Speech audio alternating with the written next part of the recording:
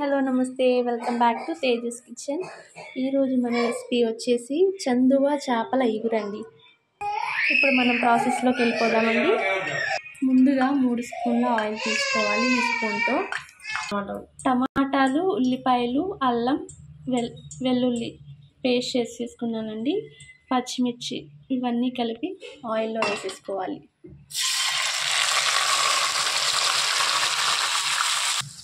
ఈ నురగ ఎలా వస్తుంది ఏంటి అనుకుంటున్నారా? ఇది నువ్వుల నూనె అండి, అందుకే అలా వస్తుంది. హెల్త్కి మంచిది కదా నువ్వుల నూనె. ఈ అల్లం వెల్లుల్లి పేస్ట్, ఆనియన్ పేస్ట్ అంతా కూడా పచ్చివాసన పోయే వరకు చక్కగా వేయించుకోవాలి.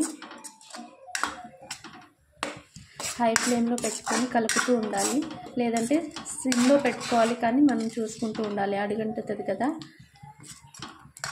ఈ పేస్ట్లో నేను కొత్తిమీర కూడా వేసానండి, ఫ్లేవర్ బాగుంటుంది, మీరు కూడా ట్రై చేయండి.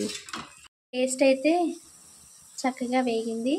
ఇప్పుడు కొంచెం పసుపు, 2 స్పూన్లన్నర కారం వేసుకోవాలి. సరిపడినంత సాల్ట్ వేసుకుందాం. ఇవన్నీ కలిసేలా కలుపుకోవాలి. పేస్ట్ అంతా బాగా వేగి ఆయిల్ పైకి వెళ్తుంది, చూసారా? ఇప్పుడు మనం క్లీన్ చేసి పెట్టుకున్న చందువా ముక్కలను వేసుకుందాం.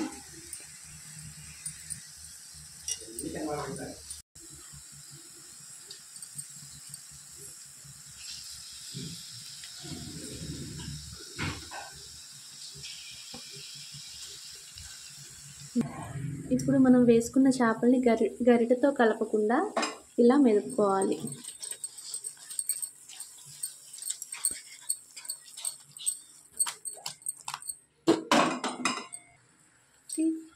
బాగా ఎక్స్పీరియన్స్డ్ వాళ్ళైతే అలా మెదపగలరు, మనం చేయలేం కదండి. అందుకని మళ్ళీ గరిటెతోనే కలుపుతున్నాను. చాలా జాగ్రత్తగా కలుపుకోవాలి మనం.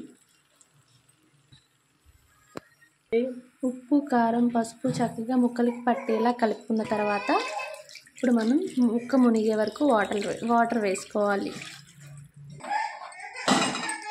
మా పాప ఏడుస్తుంది, ఆ సౌండ్స్ ఇగ్నోర్ చేసేయండి.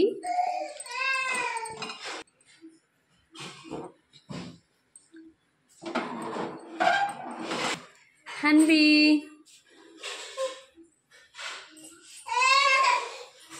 ఆ తర్వాత చక్కగా చేపల్ని ఒక 10 మినిట్స్ ఉడకనివ్వాలి. మళ్ళీ కలుపుతాం, స్టే ట్యూన్.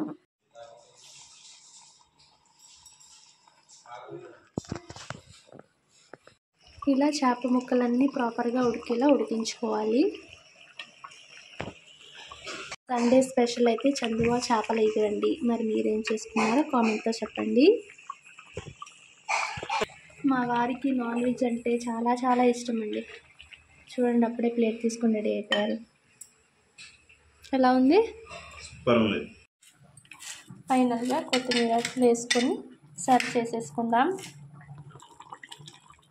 మా వారు ప్లేట్లో వేయించేసుకుని సూపర్గా ఉంది ఏంటి అనుకుంటున్నారా? ఆల్రెడీ ఒక పీస్ తినేశారు, మళ్ళీ పీస్ తీసుకొని సూపర్గా ఉంది అని చెప్తున్నారు. అంతే, ఇగురు రెడీ అయిపోయింది.